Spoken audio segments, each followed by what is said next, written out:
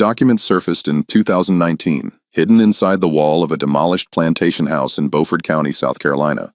Construction workers found it sealed in oilcloth, the ink faded but still legible. A letter written in 1831 by a white overseer named Edmund Hale to his brother in Charleston.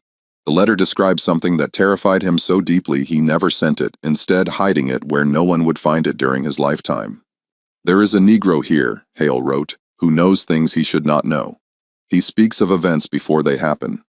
The slaves believe he carries the spirits of his ancestors in his blood. I have whipped him until my arm ached, and still he looks at me with eyes that see through time itself. I fear this man, William. I fear him more than any living thing." The Negro's name, according to plantation records cross-referenced with Hale's letter, was listed as Jim in the ledger, but that wasn't his real name. His real name was Jabari Mansa, and what happened to him represents one of the most deliberately erased stories in American history. Because Jabari didn't just resist slavery through escape attempts or physical rebellion, he resisted through something far more dangerous to the system that enslaved him. He refused to let them take his mind. What you're about to hear has been buried for nearly 2 centuries. The records were destroyed, the witnesses silenced, and the story itself was treated as too dangerous to preserve. But fragments survived. Court documents, auction receipts, letters like Hale's that were hidden rather than destroyed.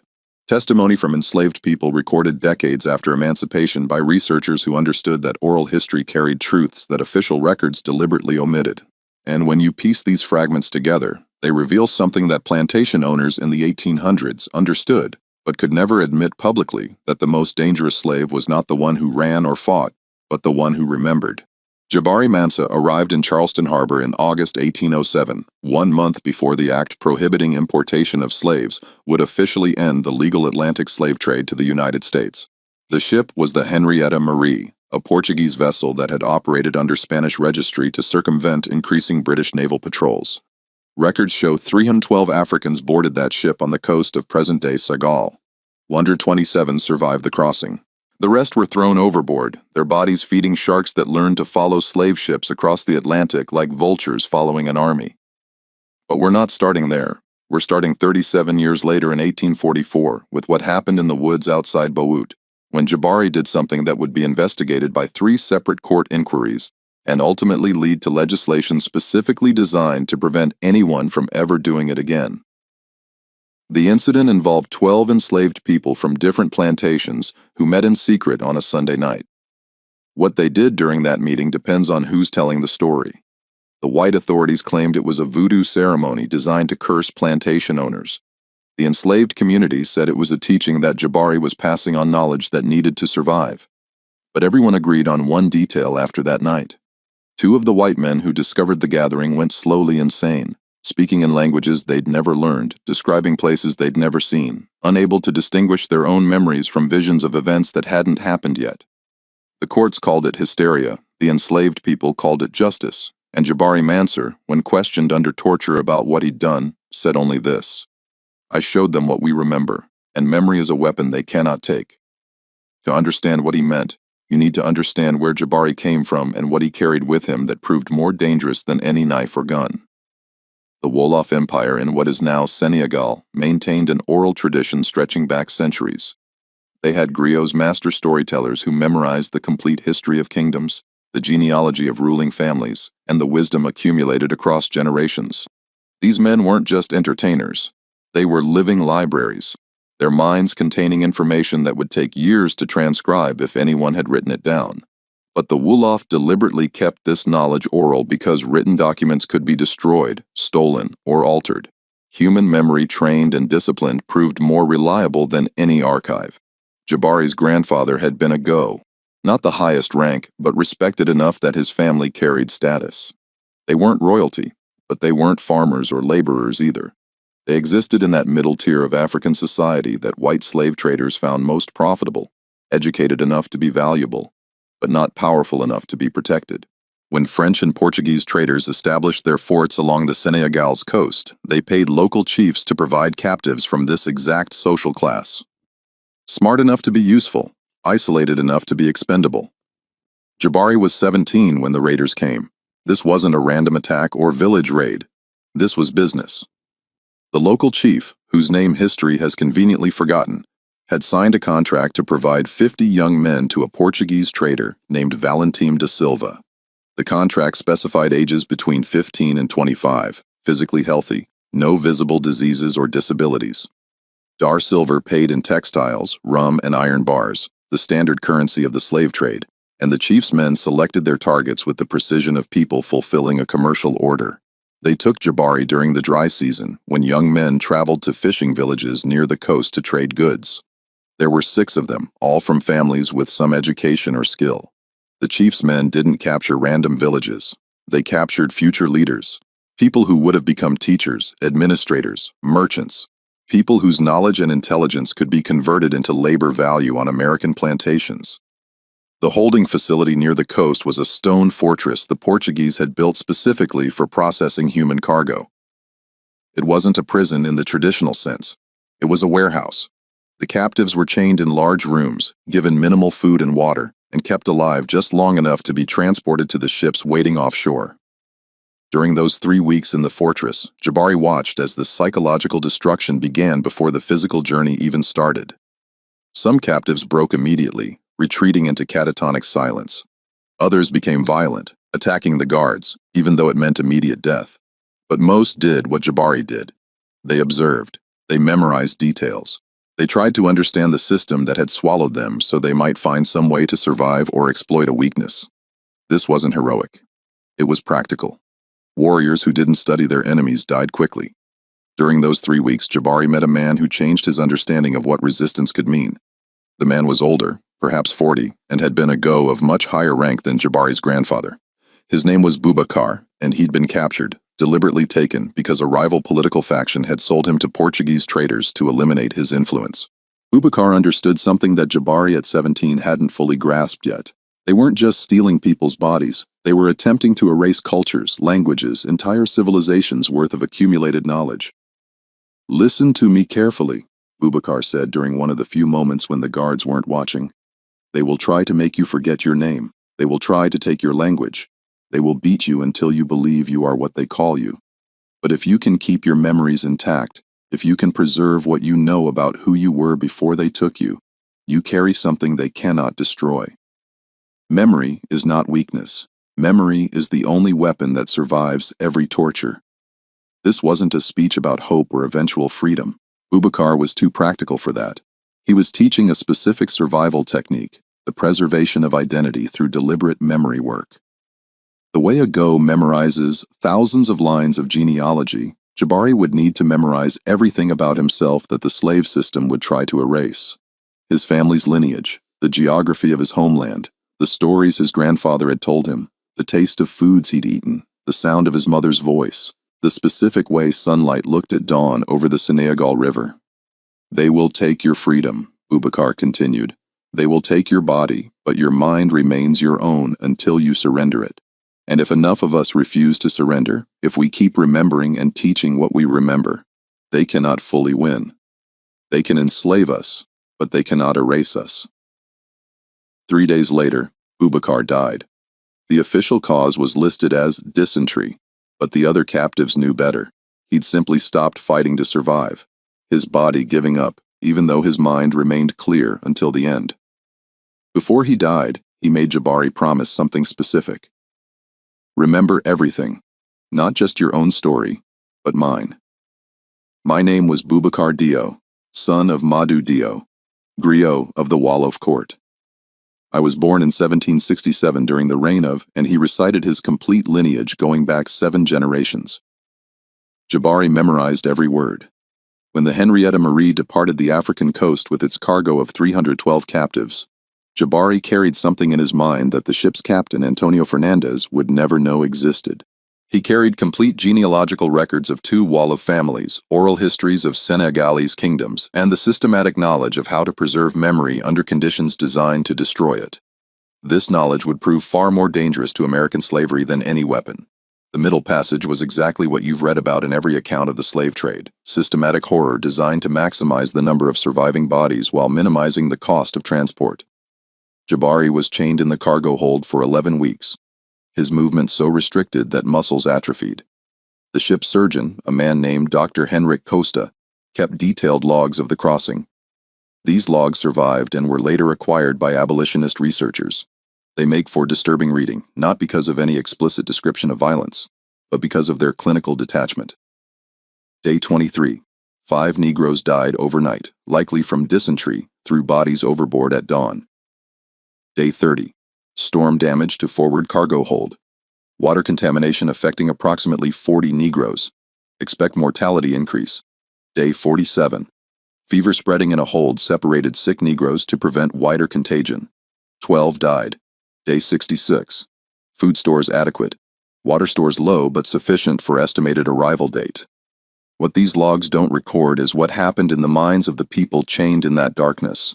The psychological destruction that comes from sustained sensory deprivation, the smell of death and waste, the sounds of people losing their sanity, the knowledge that you're being transported to something worse than this hell. But Jabari had Boubacar's teaching. During those 11 weeks, while his body weakened nearly to death, his mind engaged in an act of defiant preservation. He recited everything he'd memorized, every name in his family lineage, every story his grandfather had told him, every geographical detail of his homeland. When he finished his own memories, he recited Boubacar's lineage, the one he'd memorized before the old Go died. When he finished that, he began memorizing new things, the faces of people chained near him, the patterns of the ship's daily routines, the specific phrases the Portuguese crew used when bringing food or inspecting cargo. This wasn't optimism, it was technique. He was deliberately exercising his mind the way an athlete exercises muscles, keeping it functional despite conditions designed to destroy cognition. Other captives noticed what Jabari was doing. A woman chained near him, whose name he would later learn was Aminata, asked him why he was whispering constantly. When he explained, she understood immediately. She'd been a merchant's daughter, educated in calculation and record-keeping. She began her own memory work, reciting prices and trade routes and customer names from her father's business. Then she taught these to Jabari, and he taught her his genealogies without discussing it explicitly. They were creating a small resistance network of shared memory, ensuring that if one of them died, the other would carry both sets of knowledge forward. When the Henrietta Marie reached Charleston Harbor in August 1807, 127 captives had survived. Jabari was so physically weakened that the ship's surgeon initially categorized him as possibly unsuitable for sale. But after 3 days of increased rations and forced exercise on the ship's deck, Jabari recovered enough functionality to be moved to the auction block. The slave traders had learned that buyers wanted to inspect merchandise carefully, so there was always a recovery period between arrival and sale, time for the cargo to regain enough strength to be presented as viable labor. The auction happened at Ryan's Mart on Chalmers Street in Charleston. The building still stands, now a museum, but in 1807 it was one of the busiest slave markets on the Atlantic coast. The procedure was efficient and thoroughly documented. Each captive was assigned a lot number, examined by potential buyers, and sold to the highest bidder. The examinations were dehumanizing in ways that historical accounts often sanitize. White men inspected teeth, felt muscles, examined genitals, looking for any sign of disease or defect that might reduce value. Jabari was purchased by a rice plantation owner named Marcus Whitfield for $720. Which was slightly above average price for a young male field slave. Whitfield owned a large plantation on the coast near Beaufort, where rice cultivation required extensive labor in conditions that killed enslaved people at horrifying rates. The flooded rice fields bred malaria and yellow fever. The work was physically devastating, and the isolation of these coastal plantations meant overseers faced less scrutiny than on properties near towns. The plantation records still exist, housed in the South Carolina Historical Society. They show Jabari's arrival, listed as Negro Jim, purchased Charleston, August 1, 87, assigned to fieldwork, no known skills.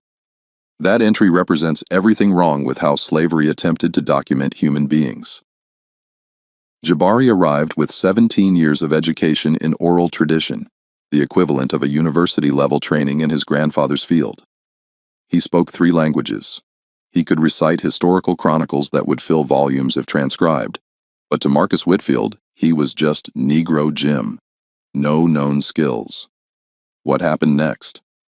The way Jabari began his specific form of resistance started not with a dramatic action, but with a quiet choice during his first week on the Whitfield plantation. The overseer, a man named Thomas Brennan, was explaining work assignments through a combination of demonstration and violence. He didn't speak any African languages, and none of the newly arrived Africans spoke English. So he communicated through beating anyone who failed to immediately understand what was required.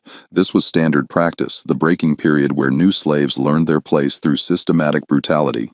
On the third day, Brennan was demonstrating how to plant rice seedlings in the flooded fields. He showed the motion once, then shoved an African captive into the water and beat him with a wooden rod until the man attempted to replicate the action. When it was Jabari's turn, he performed the motion perfectly on the first try, having observed carefully what Brennan wanted. This should have satisfied the overseer. Instead, it unsettled him. The look in Jabari's eyes suggested understanding that went beyond simple imitation.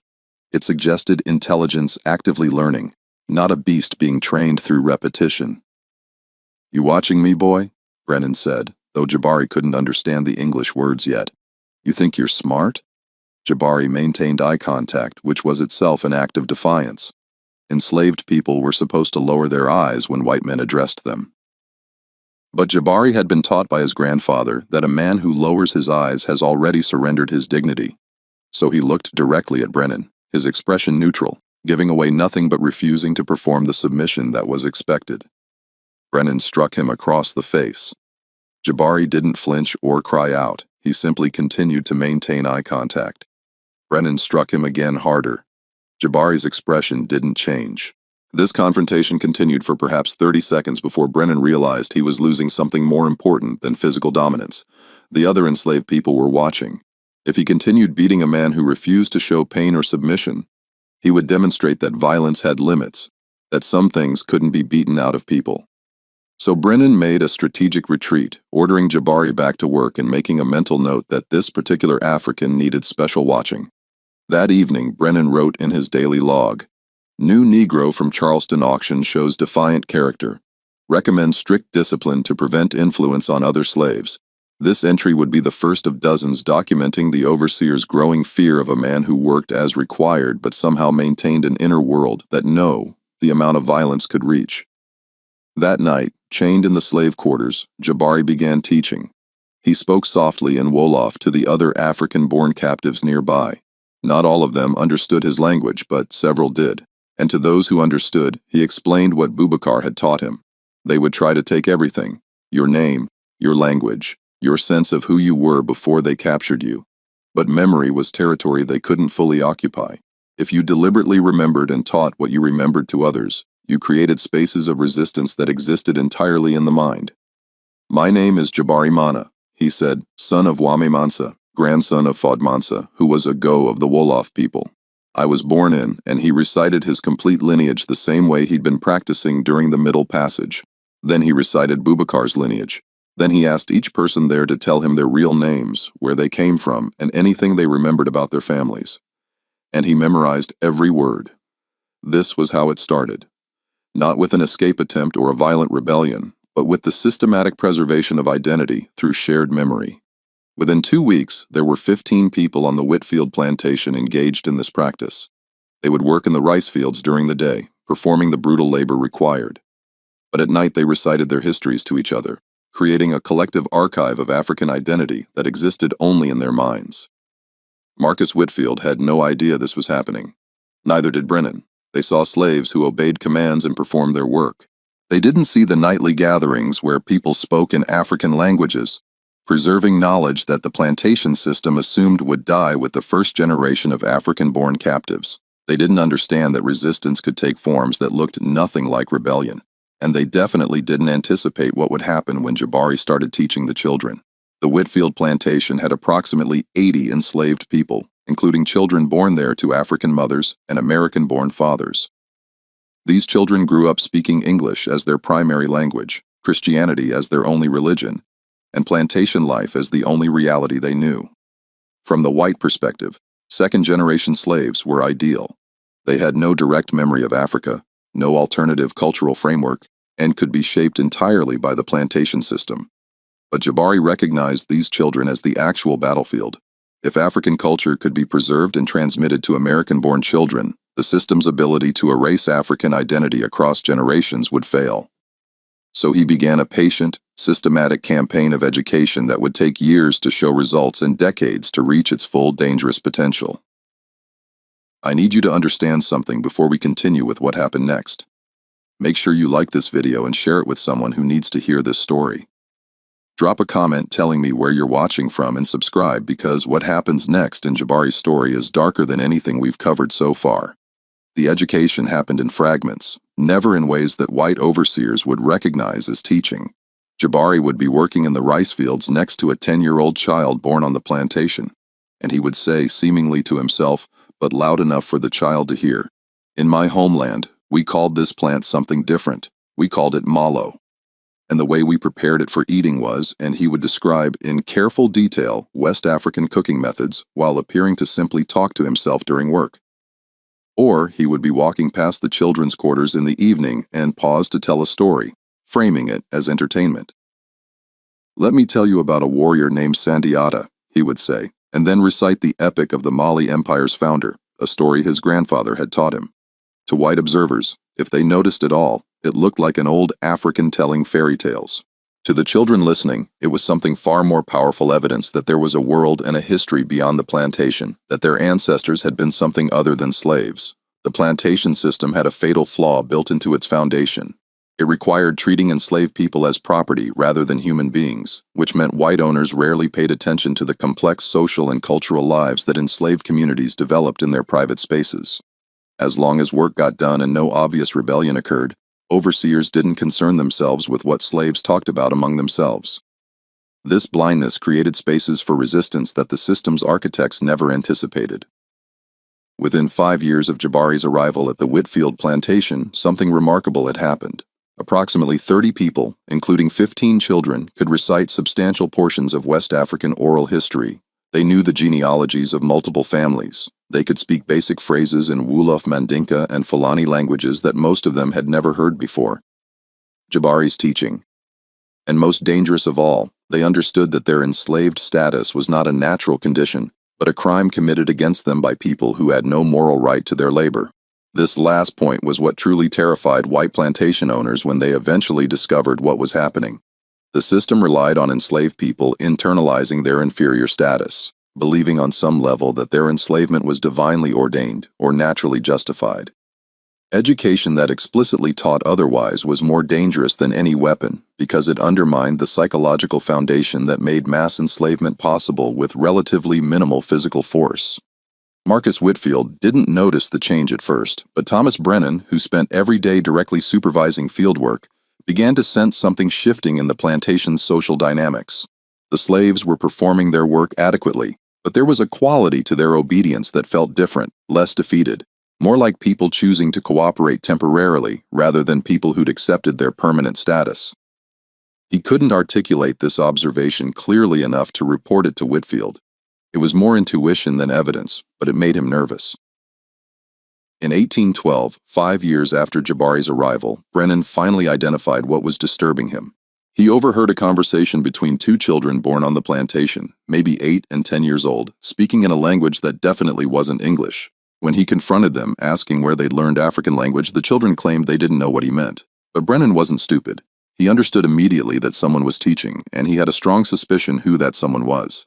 The African he'd noted as defiant during the first week, the one who maintained eye contact, who showed no fear during beatings, who worked competently, but somehow never seemed broken. That African had been conducting a 5-year campaign of cultural preservation right under the plantation's nose. Brennan brought this observation to Whitfield, who initially dismissed it as paranoid fantasy, but Brennan insisted on a test. He brought several of the children to the main house and had them questioned separately about where they'd learned African words. The children, with the survival instincts that enslaved people developed from birth, lied skillfully. They claimed they'd heard their mothers singing songs in African languages they didn't understand, that they were just repeating sounds without meaning, that they had no idea what the words meant. This defense was plausible enough that Whitfield couldn't conclusively prove deliberate teaching was occurring, but it raised his suspicions sufficiently that he ordered increased surveillance of Jabari specifically. For the next 2 months, Brennan watched Jabari constantly. He assigned him to isolated work details to separate him from other slaves. He moved his sleeping quarters to a different building. He implemented rules prohibiting conversation during work hours. None of it made a difference. The teaching had already taken root. 30 people had memorized what Jabari taught them, and they continued teaching each other even when Jabari couldn't directly participate. The network had become self-sustaining. This was Jabari's real genius as a resistance organizer. He hadn't created a system that depended on his personal leadership. He taught a method that others could practice independently. Every person who learned his memory techniques became a teacher capable of preserving and transmitting knowledge. The plantation system could beat Jabari to death, and the resistance would continue because it existed in dozens of minds rather than one. In 1814, Marcus Whitfield sold Jabari to a slave trader named Harrison Webb. The sale wasn't punishment for any specific offense. Whitfield simply wanted this particular African off his property. He'd become convinced without being able to prove it that Jabari's presence was somehow contaminating the other slaves, making them less manageable. Better to sell him at a small loss than risk whatever influence he was exerting. The sale separated Jabari from the community he'd spent 7 years building. This was one of slavery's most effective weapons, the constant threat of family separation and forced relocation that prevented long-term organizing. But Jabari had anticipated this possibility. Before the sale happened, he'd spent months preparing the others for his absence. "Memory doesn't require my presence," he told them. "Everything I've taught you lives in your minds now. Teach your children. Teach anyone who listen. And if we never see each other again, we're still connected through the knowledge we share." Harrison Webb operated what was called a slave coffle, a mobile prison that transported enslaved people from coastal areas to inland plantations where demand and prices were higher. Webb's business model was simple and brutal. Purchase slaves in Charleston or Savannah, chain them together in a line, and march them several hundred miles to markets in Georgia, Alabama, or Mississippi. The journey typically took 6 to 8 weeks and killed approximately 10% of the merchandise through disease, injury, or exhaustion. Jabari was chained in a coffle with 43 other enslaved people. Most of them recently arrived Africans who spoke no English and had no understanding of where they were being taken, or why. The march began in Charleston and headed west toward Alabama, following routes that deliberately avoided major towns where abolitionists might try to interfere. Webb's method was to move the coff primarily at night, rest during the day in isolated camps, and keep everyone chained except during brief exercise periods. During this 2-month journey, Jabari conducted what might be the most remarkable act of his resistance campaign. He systematically memorized the story of every person in that coffle, 43 people's names, origins, families, skills, and memories. He created a mental archive of 43 African identities that the slave system intended to erase. And he began teaching them his memory preservation techniques during the evening rest periods when Webb allowed minimal conversation. Most of these people would die on Alabama cotton plantations within a decade. Their bodies would be worked to death and buried in unmarked graves. Their names would be forgotten. Their families would never know what happened to them, and history would record them as nothing but inventory losses in plantation ledgers. But for 2 months in 1814, they had someone who listened to their stories and remembered, someone who treated them as complete human beings with histories worth preserving. And many of them learned enough of Jabari's techniques to carry that practice forward, creating small networks of resistance on whatever plantations they ended up. The coffle reached Montgomery, Alabama in October 1814. Webb sold most of his merchandise at an auction there, but Jabari and 7 others were transported an additional 100 miles to a cotton plantation owned by a man named Samuel Crawford. Crawford's plantation was large, even by Alabama standards. Nearly 3,000 acres worked by over 200 enslaved people. The scale was staggering. This wasn't a farm. It was an industrial operation that processed human beings into cotton with mechanical efficiency. The conditions on Crawford's plantation were noticeably worse than what Jabari had experienced at Whitfield's rice operation. Cotton cultivation required year-round labor. During planting season, enslaved people worked 16-hour days preparing fields and planting seeds. During growing season, they maintained fields through constant weeding and pest control. During harvest, they picked cotton from dawn until they literally collapsed from exhaustion with daily quotas that increased every year as overseers developed more efficient exploitation techniques. And during processing season, they ginned and baled cotton in conditions that permanently damaged lungs from cotton fiber inhalation. The plantation's overseer was a man named Jacob Reeves, and he ran the operation with a level of systematic violence that made Thomas Brennan look gentle by comparison. Reeves had developed a theory that maximum productivity came from keeping slaves in a constant state of fear, just below the threshold of rebellion. He maintained detailed records of every enslaved person's output, punished anyone who failed to meet quotas, and conducted random beatings to ensure that even high performers never felt safe.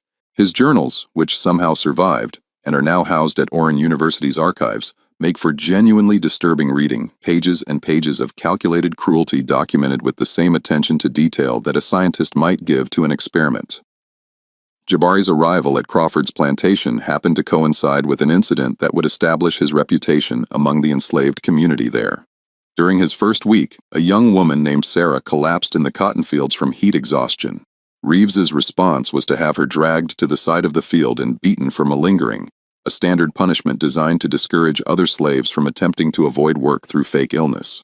Jabari, who was working nearby and had witnessed Sarah's collapse, said something that none of the other slaves had ever heard an African say to a white overseer. "She needs water and shade. She will die otherwise." Reeves turned to Jabari with an expression of genuine shock. New slaves, especially African-born ones who barely spoke English, did not offer medical assessments or instructions to white men. The social order required absolute deference. By speaking at all without permission, Jabari had committed an offense that would normally earn severe punishment. "What did you say, boy?" Jabari repeated himself, this time in clearer English that showed 7 years of language learning. "The woman needs water and shade. What you call heat exhaustion will kill her within an hour if not treated. I have seen this before." The other enslaved people expected Reeves to beat Jabari unconscious for this insubordination. Instead, something stranger happened. Reeves, despite his routine brutality, recognized that this African was different from most slaves. He was speaking with the confidence of someone offering expert analysis, not the terrified mumbling of someone trying to avoid punishment. And Reeves, beneath his cruelty, understood enough about cotton production to know that replacing dead slaves cost money. "You know medicine?" Reeves asked. Jabari didn't, not in any formal sense. But his grandfather had taught him about tropical diseases and heat-related illnesses common in West Africa, and the symptoms were similar. "I know that what is happening to her body. Give her water, shade, and rest, or your master loses property." The purely economic argument convinced Reeves. He ordered water brought and had Sarah moved to shade. She survived. And that evening, Jabari had established something that would prove crucial to his continued survival and influence. He demonstrated specialized knowledge that had commercial value to the plantation system. Slaves who possessed useful skills received marginally better treatment because killing them meant losing their expertise. Over the next several months, Jabari carefully cultivated a reputation as someone who understood health and could predict when slaves were actually sick versus malingering. He couldn't save everyone.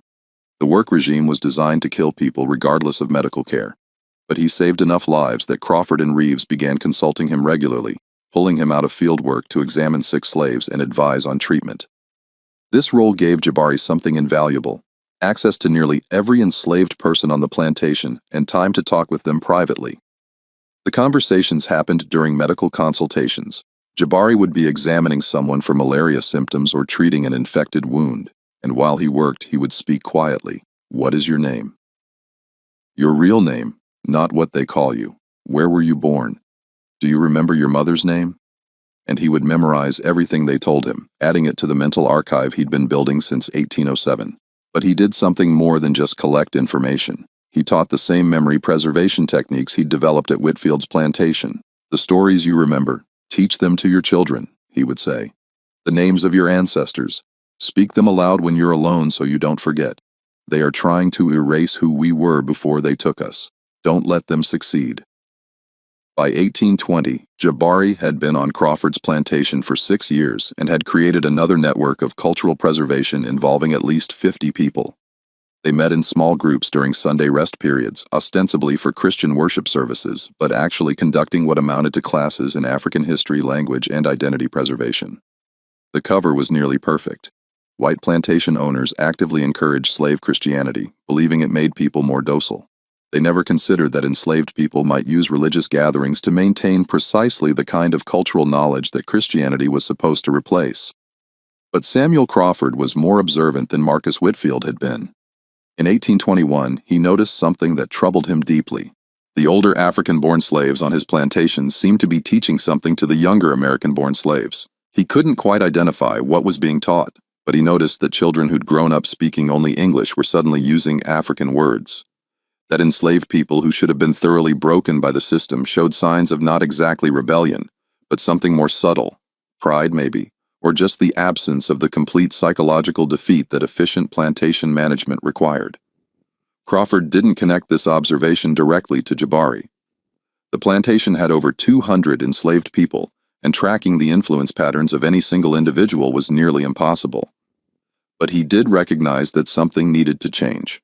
So, in 1822, he implemented a new rule: no gatherings of more than 5 slaves outside of supervised work details, no private conversations during Sunday services, and random inspections of slave quarters to ensure nothing forbidden was being kept or taught. These measures slowed Jabari's teaching, but didn't stop it. The network simply adapted, meeting in smaller groups, teaching more carefully, developing coded language for discussing African history that sounded like Christian theology to white observers. The kingdom of our fathers meant West African empires. The crossing meant the Middle Passage. The time before captivity meant pre-slavery African life. White overseers heard what they expected: slaves discussing biblical kingdoms and spiritual journeys while completely missing that actual history and geography were being preserved. In 1825, something happened that would eventually lead to the incident in 1844 that we started with. A Methodist minister named Reverend Thomas Whitmore began conducting missionary work among enslaved people on plantations throughout the region. Whitmore was a complicated figure. He genuinely believed slavery was divinely ordained, but also believed that enslaved people had souls that required Christian salvation. So he traveled from plantation to plantation, conducting services, teaching Bible verses, and trying to ensure that slaves received proper religious instruction. Whitmore's visits to Crawford's plantation created an opportunity that Jabari immediately recognized. Here was a white man who actively wanted to teach enslaved people to read, specifically to read the Bible.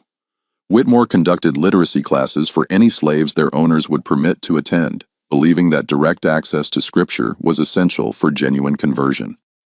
Samuel Crawford, who was himself a devout Methodist, allowed approximately 20 slaves to participate in these classes, including Jabari. This decision would prove to be one of the most catastrophically wrong judgments Crawford ever made. Jabari learned to read with the focus of someone who understood this skill's revolutionary potential. The plantation system deliberately kept enslaved people illiterate because literacy enabled forgery of traveling passes, access to abolitionist literature, and the ability to learn about slave rebellions in other states. A slave who could read was a slave who could educate himself about the world beyond the plantation and potentially organize others more effectively. Reverend Whitmore, like most white missionaries, never considered that teaching slaves to read might have consequences beyond religious education.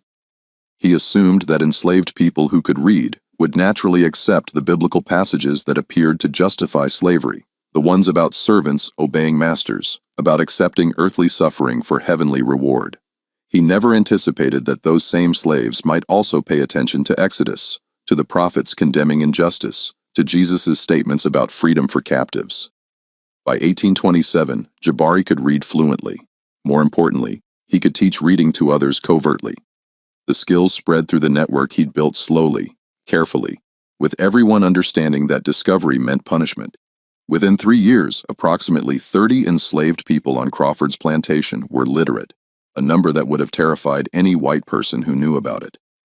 And then Jabari did something that would be investigated by 3 separate court inquiries and eventually become the subject of legislation throughout the South. He started writing everything down, not on paper, which would be discovered and destroyed. He wrote in places white people never looked on the walls of slave quarters using charcoal that could be wiped away if inspectors came on the inside of buildings where freed slaves would eventually find it. And most remarkably, he taught other literate slaves to do the same, creating a distributed archive of African American memory that existed in fragments throughout the plantation. The writings documented names, genealogies, memories of Africa, and something more dangerous: accurate records of the violence inflicted by the plantation system, dates of beatings, names of people who'd been sold and separated from families, documentation of sexual violence committed by white overseers. This wasn't just cultural preservation anymore. This was evidence, testimony that could potentially be used against plantation owners if slavery ever ended or if abolitionists gained access to these records. In 1831, something happened that changed everything. Nat Turner led a rebellion in Virginia that killed approximately 60 white people before being suppressed with extreme violence. The rebellion terrified white Southerners throughout the region because it demonstrated that enslaved people could organize, plan, and execute coordinated violence despite the surveillance system designed to prevent exactly that. The response was predictable: harsher laws, increased surveillance, and systematic campaigns to eliminate any education or organizing among enslaved populations. One of the new laws prohibited teaching slaves to read or write under any circumstances. Reverend Whitmore's literacy classes were immediately banned. Any enslaved person found with written materials faced severe punishment, and plantation owners began conducting thorough searches of slave quarters to ensure nothing forbidden was being kept. During one of these searches in 1832, an overseer at Crawford's plantation found writing on the wall of a storage building. It was in English, which meant someone literate had written it, and the content was devastating: a list of names, dates, and descriptions of punishments inflicted over several years, evidence of systematic violence documented by people who'd been told they were property incapable of sophisticated thought. The investigation that followed was extensive and brutal. Every enslaved person on the plantation was questioned under torture about who'd written the documentation. Several people died during these interrogations without revealing anything useful. The white authorities were convinced this had to be the work of an outside agitator, possibly an abolitionist who'd infiltrated the plantation, because they couldn't conceive that enslaved people might organize something this sophisticated independently. But Samuel Crawford had a suspicion. He remembered the African who demonstrated medical knowledge, who'd learned to read with unusual speed, who somehow seemed to be at the center of social networks among the enslaved population. He ordered Jabari brought to the main house for questioning. What happened during that interrogation was documented in court records from the subsequent legal proceedings. Crawford, along with Jacob Reeves and 2 other white witnesses, spent 3 hours trying to get Jabari to confess to writing the forbidden documentation. They used every interrogation technique available: beatings, threats, psychological pressure, and Jabari's response was the same thing he'd been doing since 1807, he remembered. During the interrogation, when Crawford demanded to know who had written the forbidden documentation, Jabari looked at him with the same direct eye contact that had disturbed Thomas Brennan 20 years earlier, and said something that the court records preserved verbatim because everyone present found it so unsettling. "I wrote nothing, but I remember everything. Every name of every person you've brutalized, every date of every beating, every child torn from their mother's arms and sold, every woman raped by your overseers, every man worked to death in your fields. I carry all of it here," and he pointed to his head. "You can destroy paper. You can burn books, but you cannot burn memory, and memory is a weapon you will never take from us." The room went silent. What disturbed Crawford and the others wasn't defiance. They'd dealt with defiant slaves before. What disturbed them was the implication of what Jabari was claiming. If he'd actually memorized years' worth of detailed records, dates, names, specific incidents, then he possessed something far more dangerous than written documentation. He was a living archive that couldn't be destroyed without killing him. And even then, he'd clearly taught his methods to others. Jacob Reeves, who'd been present during the interrogation, later wrote in his personal journal, "The Negro speaks with a clarity that suggests genuine recall rather than fabrication. If what he claims is true, if he and others like him have systematically memorized records of plantation operations, then we face a threat unlike any rebellion. These are witnesses who will testify against us if abolition ever comes. They are building a case in their minds that will condemn us." Crawford's response was to sell Jabari immediately, not as punishment, but as removal of a problem too complex to solve. If Jabari was teaching memory techniques to other slaves, then killing him wouldn't stop the spread, but removing him from the plantation might contain the damage. So in 1832, Jabari was sold to a slave trader named Richard Moss, who transported him to South Carolina. This was Jabari's 3rd forced relocation, and he was now in his early 40s old for an enslaved field worker. Most enslaved men who survived to 40 had accumulated enough injuries and health problems from brutal labor that their commercial value decreased significantly. But Jabari's medical knowledge and his reputation for being intelligent, even if disturbingly so, meant he still commanded decent prices from buyers looking for skilled slaves rather than field hands. The plantation he ended up on was owned by a man named George Bellamy, located about 20 miles outside Bowout. Bellamy ran a smaller operation than Crawford's, only about 60 enslaved people working on mixed crops. But he had a particular interest in what he called Negro management theory. Bellamy believed that the most efficient plantations weren't those with the most brutal overseers, but those that understood slave psychology and manipulated it scientifically. When Bellamy purchased Jabari, he'd been explicitly told that this particular slave had been sold for being too intelligent and potentially corrupting other Negroes with seditious ideas. Most buyers would have avoided such a purchase. Bellamy was fascinated by it. He wanted to understand what made certain slaves mentally resistant to the psychological breaking that slavery required. So he brought Jabari to his plantation, not primarily for labor, but as a kind of study subject. The dynamic that developed between Bellamy and Jabari over the next several years was genuinely bizarre. Bellamy would have Jabari brought to the main house several times per week for conversations where he would ask questions about African culture, slave psychology, and resistance techniques. Bellamy framed these conversations as academic inquiry. He was writing what he hoped would be a comprehensive manual on plantation management based on scientific understanding of Negro behavior. Jabari recognized these conversations as an opportunity. He began teaching Bellamy deliberately false information mixed with enough truth to seem credible. He would explain that African-born slaves were naturally incapable of complex planning, that they responded best to consistent routine and moderate discipline, that second-generation slaves who'd been properly Christianized showed no interest in African culture. All of this was calculated to make Bellamy believe that the threat of slave intelligence and organization was overblown, that proper management techniques could eliminate any risk. Meanwhile, Jabari was conducting his actual work among the enslaved community on Bellamy's plantation. Within 6 months, he'd established the same network he'd built on previous plantations: systematic teaching of memory preservation, African cultural education, and the creation of living archives of enslaved people's identities and experiences. But he added something new, something he'd been developing since his interrogation at Crawford's plantation. He began teaching people how to weaponize their memories. The technique was sophisticated and drew on practices his grandfather had taught him about go training. A properly trained griot could recite information in ways that affected listeners psychologically using rhythm, repetition, and emotional resonance to make stories memorable and impactful. Jabari adapted these techniques for a specific purpose: teaching enslaved people to remember trauma so completely, so vividly that they could describe it in ways that would psychologically devastate white listeners. This wasn't about accuracy of facts, though that mattered.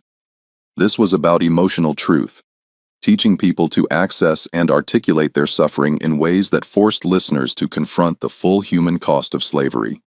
The goal was to create witnesses who could testify not just to what happened, but to what it felt like to be enslaved in language so powerful that no white person could dismiss or rationalize it. The 12 people who met with Jabari in the woods outside Beaufort in 1844 had all been trained in these techniques. They weren't conducting a voodoo ceremony, despite what white authorities later claimed. They were practicing testimony, rehearsing how to describe their experiences of slavery in ways that would haunt any listener who heard them. The 2 white men who discovered the gathering were brothers named Daniel and William Harding. They'd been hunting in the woods and heard voices speaking in what they initially thought was an African language. Curious, they approached quietly to investigate. What they witnessed was Jabari leading what appeared to be some kind of ritual, where each person stood and recited their life story in vivid, emotionally devastating detail. The court records from the subsequent investigation include testimony from Daniel Harding describing what he heard. The Negroes spoke about their enslavement with a precision and emotional force that seemed unnatural. One woman described being separated from her children with such detail, the specific sounds they made when crying, the feeling of her breasts still full of milk days after they took her babies, the nightmares she still had decades later that I found myself physically ill listening. Another man described the middle passage in language so vivid that I could smell the ship's hold, hear the chains rattling, feel the terror. It was as if they were forcing their suffering directly into my mind. What disturbed the Harding brothers most wasn't the content of these testimonies, troubling as that was.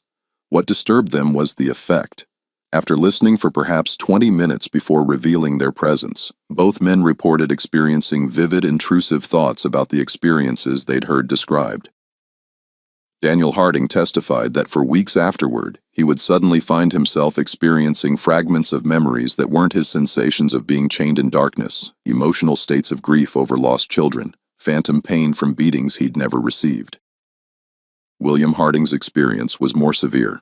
According to multiple witnesses, he began speaking in African languages he'd never learned, describing places he'd never seen, and experiencing what a doctor later diagnosed as Negro delusions, believing himself to be an enslaved African rather than a free white man. His condition deteriorated over several months until he required institutionalization. The white community's response to this incident was immediate panic. If enslaved people had developed some kind of psychological technique that could affect white people's minds that could transmit trauma through mere description, then the entire foundation of slavery was threatened.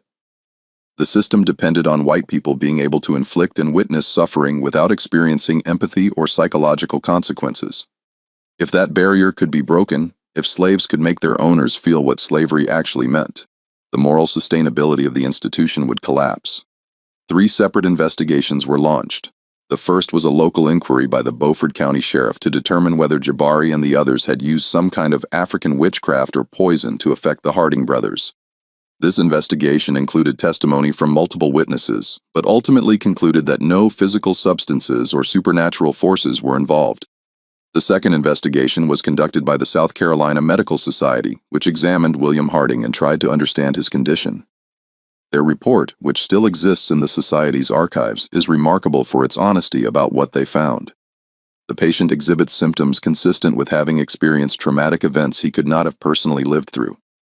He describes enslavement with the specificity of direct experience despite being born free.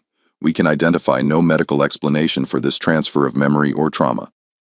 The only hypothesis that accounts for observed symptoms is that extended exposure to detailed descriptions of suffering can create psychological impressions that mimic actual experience.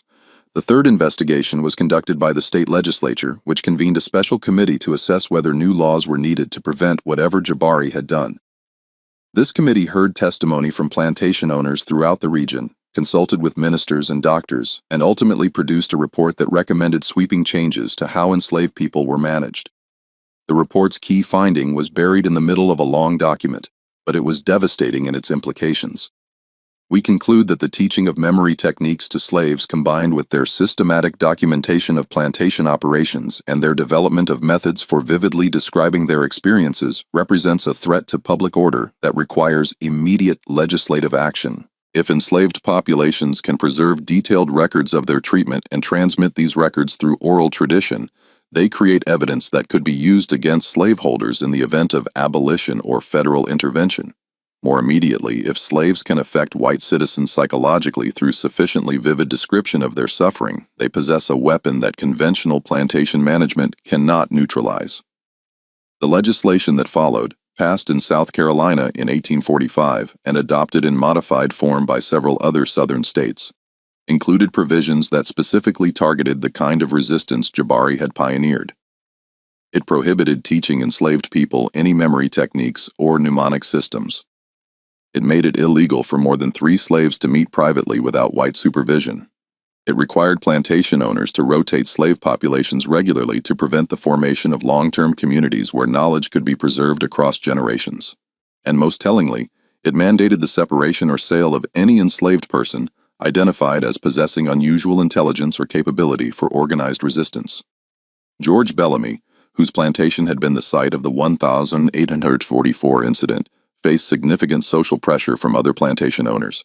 They viewed him as having been dangerously naive in allowing Jabari extended contact with other slaves and access to the kind of freedom that enabled organizing. The expectation was that Bellamy would make an example of Jabari, a public execution, or at minimum a punishment severe enough to terrify any other enslaved people considering similar resistance. But Bellamy did something that surprised everyone. He refused to have Jabari killed. His reasoning, preserved in a letter to his brother, revealed something important about how certain white people understood the threat Jabari represented. If we kill him, we make him a martyr and confirm that his methods are powerful enough to frighten us. If we torture him publicly, we prove that psychological resistance warrants the same violent response as physical rebellion, which validates his approach. The most effective response is to contain him while publicly dismissing his influence as overblown hysteria. So instead of execution, Bellamy sold Jabari to a man named Edmund Hale, who ran a small plantation in the interior of South Carolina with only about 20 enslaved people. The expectation was that Jabari would be isolated on a small plantation where his influence would be minimal, and where Hale, who'd been warned about Jabari's history, would keep him under strict surveillance. This was 1845. Jabari was now in his mid-50s. He'd been enslaved for 38 years, survived 4 different plantations, witnessed countless acts of brutality, lost contact with everyone he taught in previous locations, and endured decades of systematic attempts to break his will. Any reasonable person would have been psychologically destroyed by this accumulation of trauma. Any normal human being would have surrendered to despair. But Jabari wasn't normal.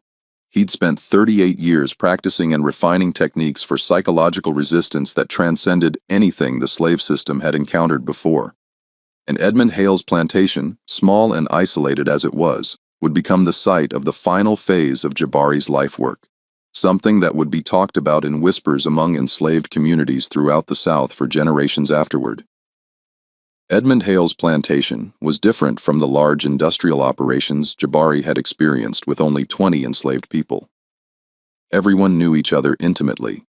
There was no anonymity, no way to conduct secret meetings or organize without Hale becoming aware of it. Hale himself lived on the property in a house that overlooked the slave quarters, and he personally supervised most work rather than relying on overseers. For someone trying to organize resistance, this surveillance state should have been impossible to work within. Jabari's solution was brilliant in its simplicity. He stopped trying to organize anything that looked like resistance from an external perspective. Instead, he focused entirely on teaching a single practice that could be done individually, silently, and in ways that no surveillance could detect. He taught people how to meditate on their memories in ways that preserved identity while processing trauma. This practice drew on techniques his grandfather had taught him, adapted through nearly 4 decades of experience with slavery's psychological impact. The core principle was that memories of trauma needed to be acknowledged and preserved rather than suppressed, but they needed to be held in ways that didn't destroy the person carrying them. You had to remember the middle passage without letting that memory prevent you from experiencing joy. You had to preserve the knowledge of family members sold away without being paralyzed by grief. You had to maintain awareness of systematic injustice without succumbing to hopelessness. The technique involved what Jabari called witnessing, a practice where you would sit quietly, typically late at night when no one was watching, and deliberately recall specific traumatic memories while maintaining emotional distance.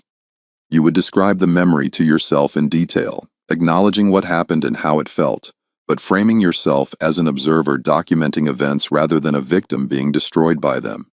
This created psychological space between your core identity and the trauma you'd experienced, preventing the trauma from completely defining who you were. Western psychology wouldn't develop similar techniques until more than a century later, when therapists working with trauma survivors would independently discover that controlled exposure to traumatic memories in safe contexts could reduce their psychological impact. But Jabari had developed this practice through his own experimentation with managing the psychological damage of slavery, refined through decades of teaching others and observing what worked. The 20 enslaved people on Hale's plantation learned this practice from Jabari over the course of several years. It required no group meetings, no suspicious gatherings, no obvious organizing. Jabari would simply work alongside someone in the fields and speak quietly about the technique. Tonight, when you're alone, think about the worst thing that ever happened to you, not to dwell in the pain, but to witness it. Tell yourself the story as if you're describing it to someone who needs to understand, and then remind yourself that happened to you. But it is not all of you. You exist beyond what they did to you. The practice spread because it worked. People who engaged in this systematic witnessing reported feeling less crushed by their memories, better able to maintain hope despite their circumstances, more connected to who they'd been before enslavement. And crucially, the practice was self-sustaining. Once you learned it, you could continue independently.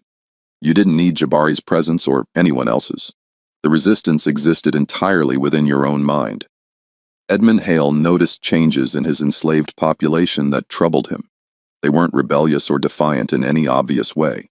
They worked adequately and followed instructions, but there was something about their psychological state that felt wrong to him. They seemed less broken than slaves should be, less defeated. They maintained a kind of dignity that properly managed slaves weren't supposed to have.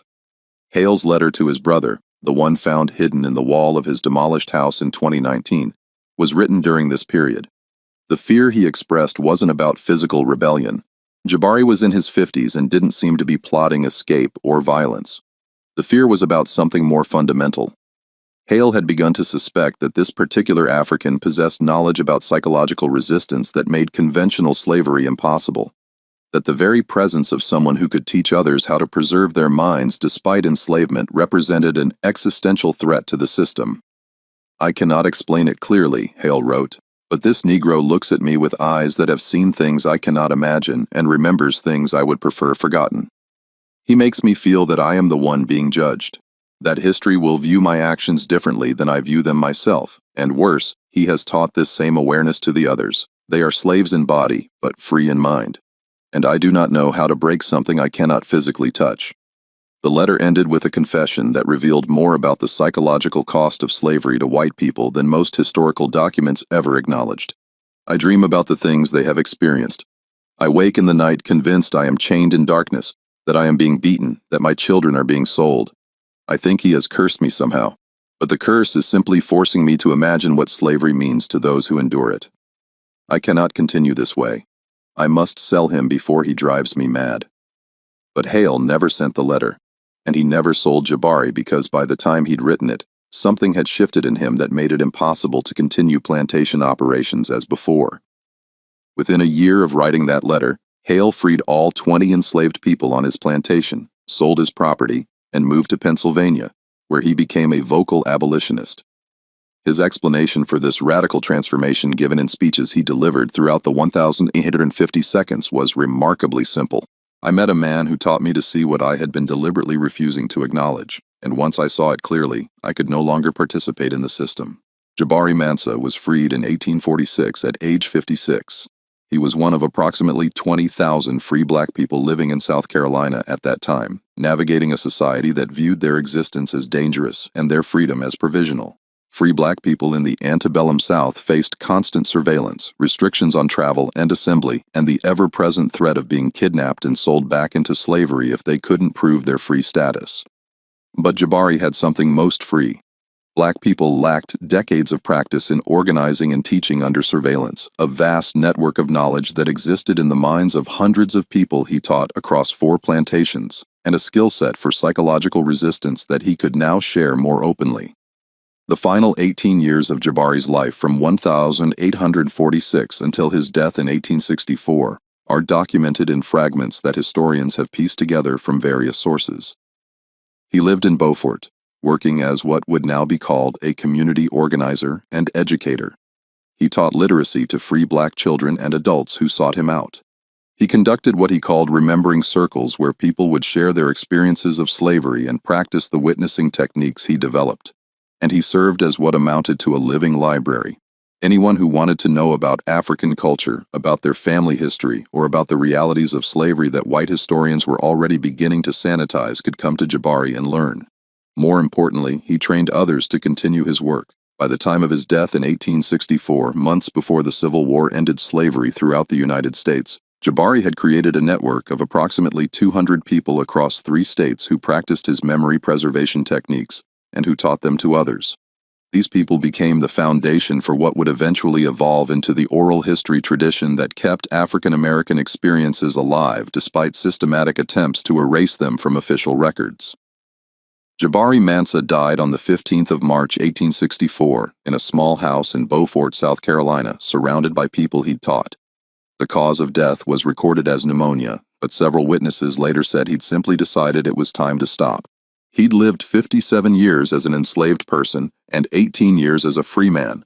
He'd survived the Middle Passage, 4 different plantations, countless beatings, and decades of systematic attempts to break his mind. And in the end, he died with something that most enslaved people never got: the certainty that his life's work would outlast his body. The funeral was attended by nearly 300 people, a gathering large enough that local authorities considered breaking it up as a potential security threat. Free black assemblies of that size were illegal in South Carolina, but the local sheriff made a calculated decision not to intervene. The war was clearly ending. Slavery's days were numbered, and creating martyrs at this point seemed counterproductive. So, the funeral proceeded, and what happened during that gathering would be remembered and repeated in black communities throughout the South for the next century. 17 different people stood and recited portions of what Jabari had taught them, not speeches or eulogies in the traditional sense. They recited genealogies, the complete family histories of enslaved people that Jabari had memorized and preserved. names going back generations, origins in specific African regions, cultural practices that had been maintained despite slavery's attempts to erase them. Each recitation took 10 to 15 minutes, and collectively they represented something unprecedented, a public demonstration that enslaved people's histories had not been lost, that the cultural genocide slavery intended had failed, that witnesses existed who would testify to what had been stolen. A woman named Charlotte, who'd been freed 2 years earlier, stood and recited the names of 47 people who'd been sold from George Bellamy's plantation between 1832 and 1845. She spoke each name clearly, gave the date of their sale, described where they'd been taken, if that information was known, and listed family members they'd been separated from. The recitation took 20 minutes. When she finished, she said simply, "Jabari taught me to remember these people so they would not disappear from history. They were here, they existed, and we bear witness." A man named Isaac, who'd learned to read through Jabari's teaching, read from a document he'd written, a detailed account of punishments inflicted on Crawford's plantation in Alabama over a 15-year period, names of people who'd been whipped, dates of the beatings, descriptions of injuries. He'd compiled this document based on what Jabari had taught him and what he'd remembered himself, and he announced that copies of this testimony would be preserved and eventually delivered to federal authorities investigating slavery's conditions. One after another, people demonstrated what Jabari had created, a systematic archive of slavery's realities, preserved in human memory and now being transferred to written records that could survive permanently. This wasn't celebration or mourning in the conventional sense, this was documentation. Evidence presented publicly for the first time because the people carrying it finally felt safe enough to speak. The local white community's response to this funeral tells you everything about why Jabari's story had to be erased. Several people who attended wrote letters to relatives or kept diary entries describing what they'd witnessed. These documents, scattered across various historical archives, revealed genuine terror at what they'd seen. A plantation owner named Robert Hutchinson wrote to his brother, "They have been keeping records, detailed, accurate records of everything that has been done to them, names, dates, specific incidents. If this information reaches Northern authorities or is published in abolitionist newspapers, every slaveholder in the South could face criminal prosecution." More immediately, if this is what one African accomplished through teaching memory techniques, we must confront the possibility that hundreds or thousands of enslaved people possess similar knowledge. We have been documenting our own crimes without realizing our victims were doing the same. A Methodist minister named Reverend James Sullivan, who'd attended the funeral out of curiosity, wrote in his diary, "I witnessed something today that shook my understanding of what we have done. These people spoke about their enslavement with a precision and detail that made clear they have been conscious witnesses to their own oppression, not the unthinking laborers we convinced ourselves they were." And the African who taught them this witnessing, who spent decades training people to remember and testify, has created something we have no defense against. Truth preserved beyond our ability to suppress it. Within 2 weeks of Jabari's funeral, a coordinated campaign began to suppress any discussion of what had happened there. Local newspapers that had initially reported on the funeral were asked to print corrections, suggesting the crowd had been smaller and the testimonies less detailed than initially reported. Ministers were instructed not to discuss the incident from their pulpits, and most tellingly, plantation records throughout the region began to be systematically destroyed. Ledgers that documented punishments, sales, and operational details were burned or lost in ways that suggested deliberate elimination of evidence. This suppression campaign extended beyond South Carolina. In Alabama, when authorities learned that enslaved people trained by Jabari had been documenting plantation operations, multiple properties experienced mysterious fires that destroyed their record-keeping buildings.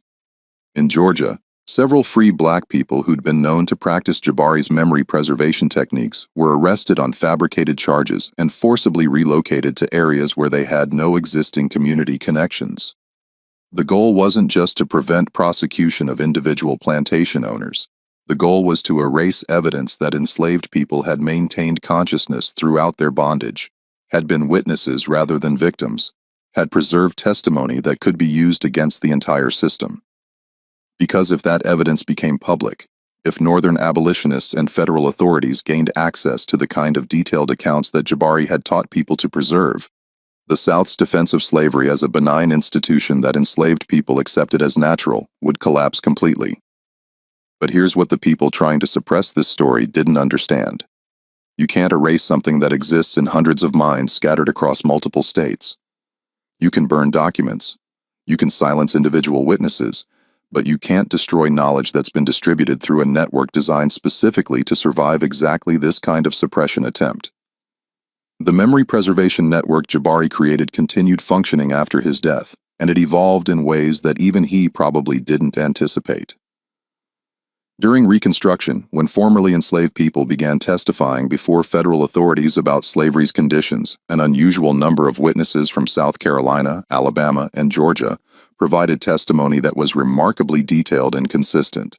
They could recite specific dates, name individual perpetrators, describe incidents with the kind of precision that made their accounts legally credible rather than dismissible as emotional exaggeration. Federal investigators noticed this pattern but couldn't quite understand it.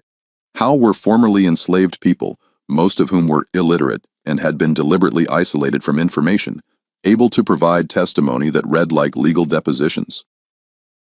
The answer, which a few investigators eventually pieced together, was that they'd been trained by someone who understood that memory could be weaponized, that witnessing could be a form of resistance, and that the best way to ensure justice was to create witnesses who couldn't be discredited.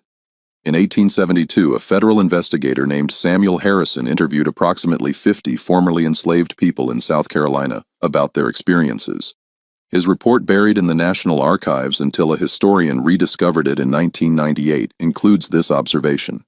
I have encountered an unusual phenomenon among the freed people in this region. Many possess an ability to recall details of their enslavement with extraordinary precision. When questioned about this capability, several mentioned having been taught memory techniques by an African man they refer to respectfully as the teacher or the rememberer.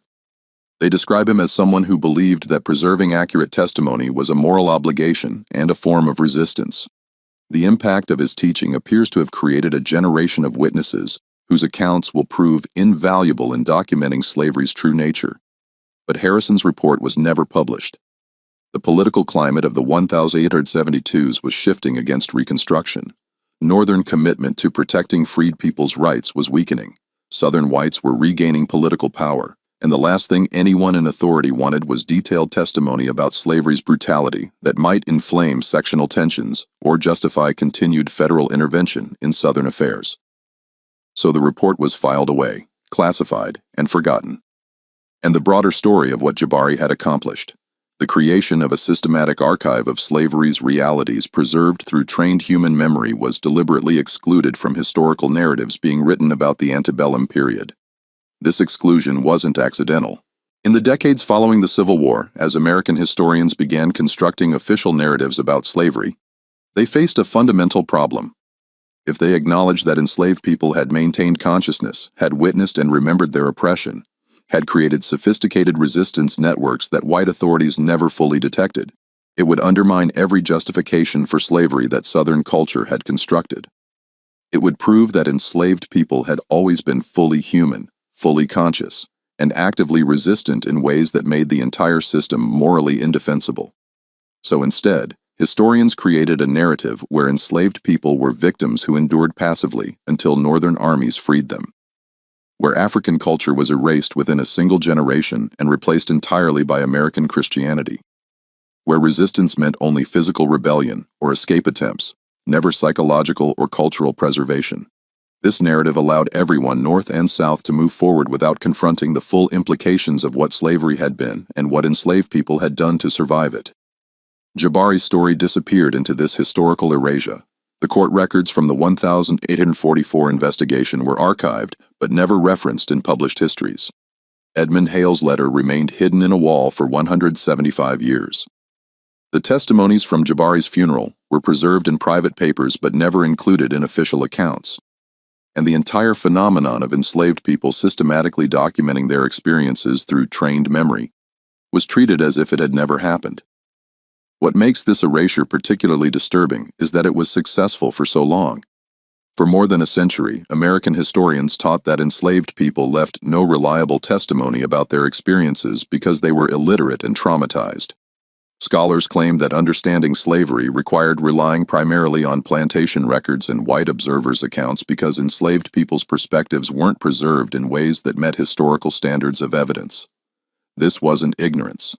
This was deliberate because the evidence existed in scattered court records and private papers and oral traditions maintained by African American communities. It just wasn't acknowledged as legitimate historical source material because doing so would require admitting that everything mainstream history had claimed about slavery was incomplete at best and actively deceptive at worst. The rediscovery of Jabari's story began in the 1962 seconds during the Civil Rights Movement when historians started seriously investigating African American oral traditions as legitimate historical sources. Researchers interviewing elderly black people throughout the South began hearing references to memory preservation practices, to witnessing circles to an African teacher who'd lived in the 19th century and taught people to remember despite trauma. These references were fragmentary, airy, and inconsistent, but they appeared frequently enough that serious historians recognized they might point to something real. One of those historians was a researcher named Dr. Margaret Chen, who was investigating enslaved people's psychological resistance strategies for her dissertation at Howard University in 1967. Chen interviewed over 300 people, mostly elderly descendants of enslaved people, asking about family stories and cultural practices that had been passed down through generations. Approximately 40 of her interview subjects mentioned ancestors who'd learned memory preservation techniques from an African man in South Carolina in the years before the Civil War. Chen spent the next 15 years tracking down documentary evidence to corroborate these oral histories. She found Edmund Hale's court testimony from 1945.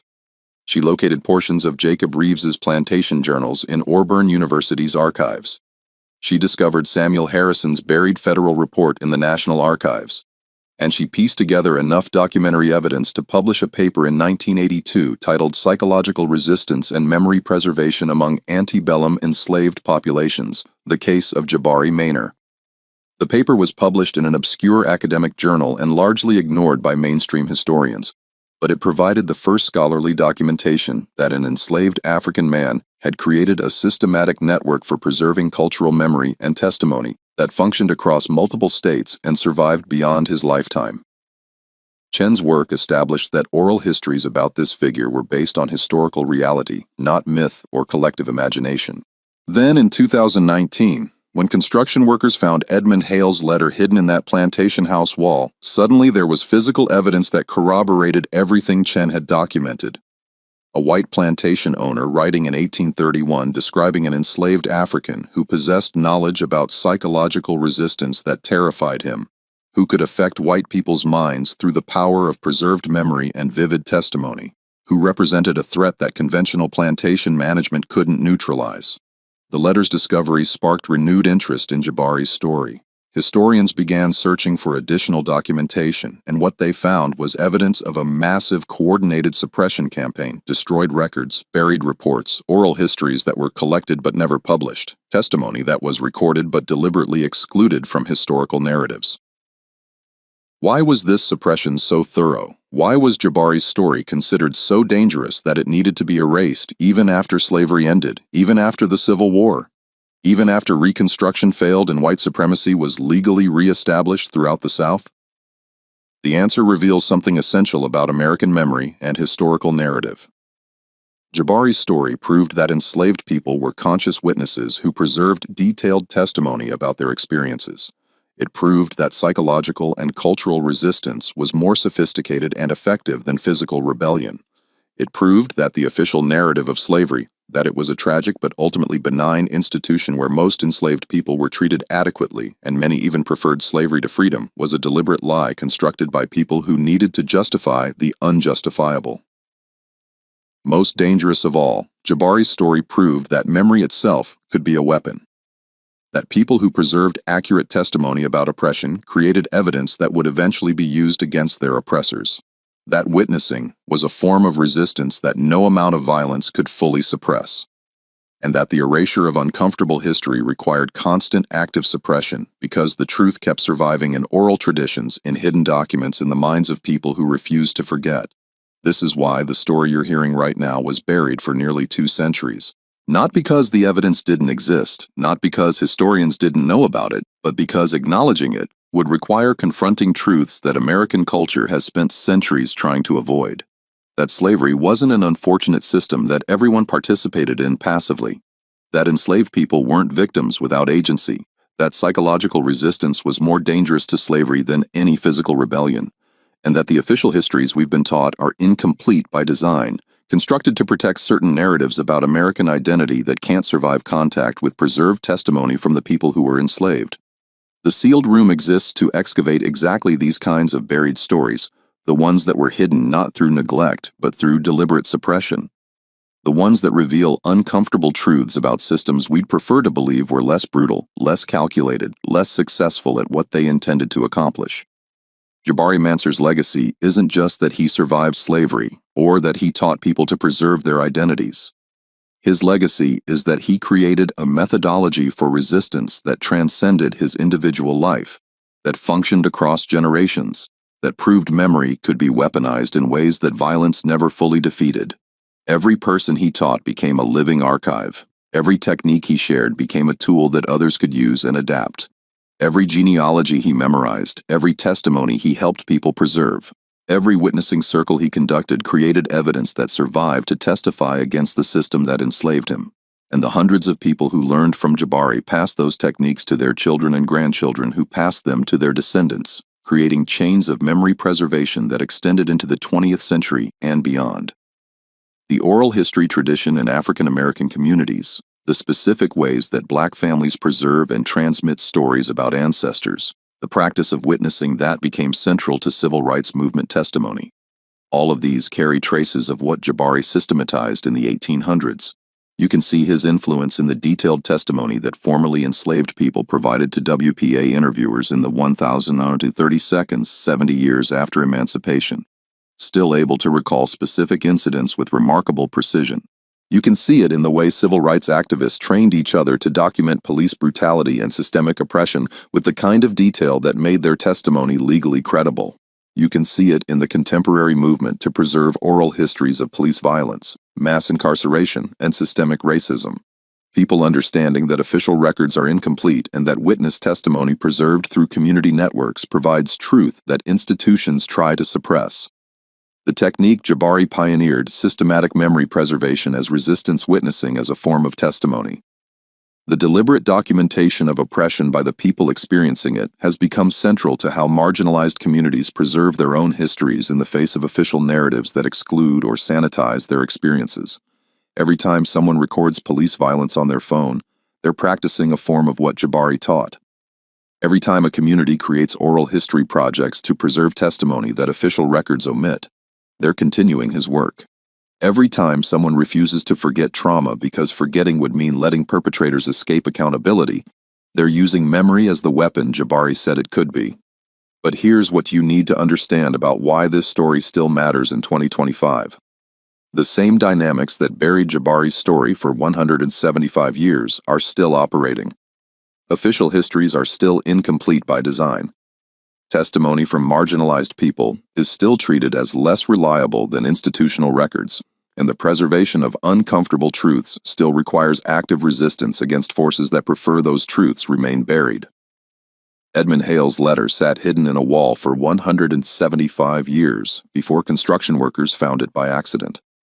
How many other documents are still hidden, still waiting to be discovered, still capable of overturning what we think we know about American history?